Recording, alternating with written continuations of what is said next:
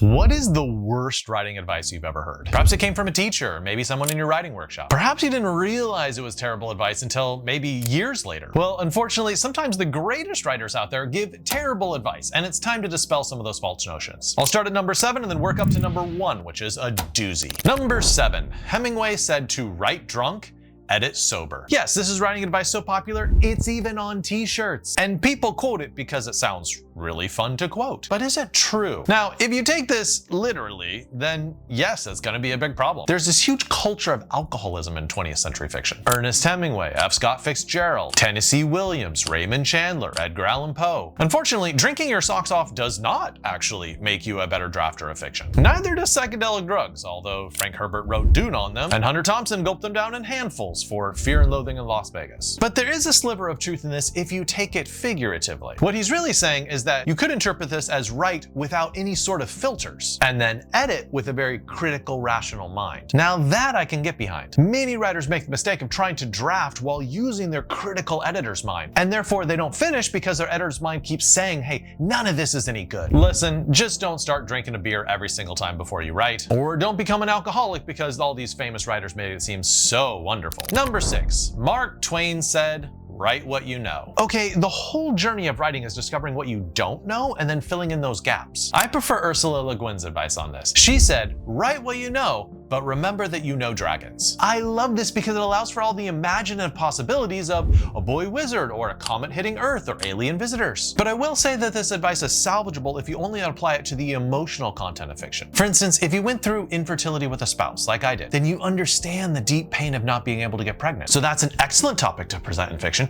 because you know it so well that you have this raw emotional power behind it. But write what you know is rubbish if that means only write about your particular job or your particular neighborhood. Jobs or places are things that you can research. Those are things that you can learn. So take what you know emotionally and mix it with a whole bunch of stuff that you don't know. That's the beginnings of a good novel. 5, Ray Bradbury, write every day. One of the most memorable pieces of writing advice that Ray Bradbury ever gave was, you must write every single day of your life. I used to believe this advice. I used to stand on street corners preaching this advice to any writer who wandered by. But when I actually look at my writing career, I am much more of a binge writer. I will write furiously for 3 or 4 hours every single day for 2 months and finish a novel. And when I finish with that binge writing, then I usually take a break. Sometimes I'll take a break from fiction and then tinker around with some nonfiction for a little bit. And then there are plenty of days that I don't write anything at all. For instance, I didn't write fiction for a whole year after I published my first book, I Will Shout Your Name. I was disappointed in the sales and I wasn't sure what to write next. Ultimately, don't put the pressure on yourself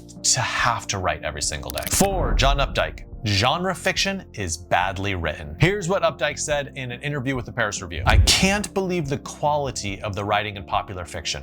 It's not there. There are exceptions. There are some very good writers writing detective stories, for instance, but they're not in the same league as, and he names a bunch of names. There is a long tradition in literary fiction of feeling very snooty about genre fiction. Oh, all those poor genre writers. And lots of MFA programs support this hierarchy because they only teach literary fiction and they have almost 0 professors who write, say, sci-fi or romance or westerns or fantasy. Personally, I write literary fiction, but I don't put it on a pedestal above genre fiction. They're doing very different things. They have very different goals, and they have different banks of readers. Every writer should be asking themselves, when I read genre fiction, or broadly speaking, commercial fiction, what can I learn? Listen, I don't enjoy Dan Brown for a whole host of reasons, but that doesn't prevent me from learning a whole bunch of things from him. 1, pacing. He is a master at keeping the story moving quickly. 2, cliffhangers. Study the end of each chapter. You can't stop reading. 3, high concepts. Da Vinci Code is an eye-catching concept about the origin of Jesus and secret societies. That said, I think most commercial and genre writers have a lot to learn from literary writers about care with language, not being sloppy, overwriting, or using cliches, and also depth of characterization, focusing on complex psychologies and crafting unique human beings. 3, William Faulkner,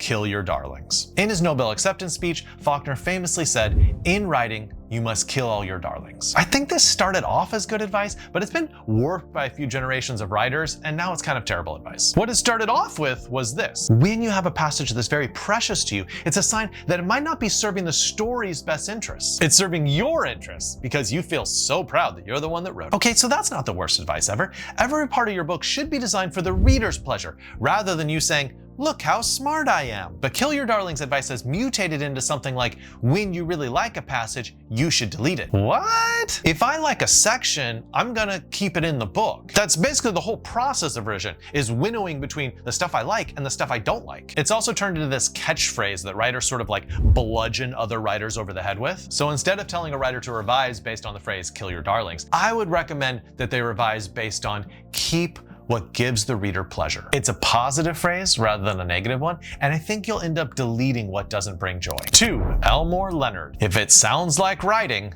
I rewrite it. Elmore Leonard is famous for his natural speech patterns in his fiction, and so it totally makes sense that this is the type of advice that he would give. He prioritizes the replication of everyday speech in fiction. He doesn't want you to be fancy. I think it is a good impulse to guard against purple prose, which is writing that is trying too hard and becomes ugly in the process. But writing is writing. It's different than speech. A lot of writing is crafting the perfect rebuttal or the most beautiful line. And those aren't things that a person would just naturally trot out. For example, look at dialogue in movies like Juno. Look, I just drank my weight in Sunny D and I gotta go pronto. Or shows like Gilmore Girls. 8 and then we danced. Danced how? We pop locked. Was it a fast dance, slow dance, group It dance? was a slow dance. What is group dance? The hustle, the horror. It's not natural dialogue, it's hyper-stylized dialogue. It's dialogue that would only be true if everyone in the world had an IQ of 190 and could think faster than Formula 1 cars. It's fake dialogue, but guess what? It's also really fun. And some of the most beautiful passages that I have ever read in Cormac McCarthy sound like Shakespeare up and married the New King James Bible. It doesn't sound natural at all, but guess what? It's beautiful. And lastly, number 1, Anton Chekhov, Show Don't Tell. This is one of the most famous lines in literature, a line that has spawned trillions of pieces of writing advice. There's been quotes in a million classrooms and on a million blogs and on a million social media feeds. Here's the quote. Don't tell me the moon is shining. Show me the glint of light on broken glass. This advice is helpful for beginning writers because they tend to forget the details and instead focus on exactly what they want the reader to think. But once you get some writing experience under your belt, you realize that sometimes it is enormously helpful to tell the reader. Tell them what to think of an evil character, and then also show that character acting in a way that deserves hate. Tell them what happened over the summer. Don't show them, it would slow down the pace too much. Tell them what's going to happen at the end of the book to make the reader anticipate it. Telling is one of the most powerful tools in a writer's tool belt. Now, that doesn't mean you should avoid showing. Showing is the bread and butter of fiction writers. Most of the time, you do want scenes that reveal character through a person's actions. And therefore, readers often like showing because it's the type of storytelling that they're used to because of movies. But telling is something that fiction in particular does really, really well. And if you stop using telling in your fiction, you're just hamstringing your writing. Really, good writing advice is telling the author, you need to know when to tell and when to show because there are definitely places for both. All right, comment below with your least favorite writing advice or say your most favorite writing advice. And do 2 things. Click the button with the thumbs up on it and then click the subscribe button so you can see more of me.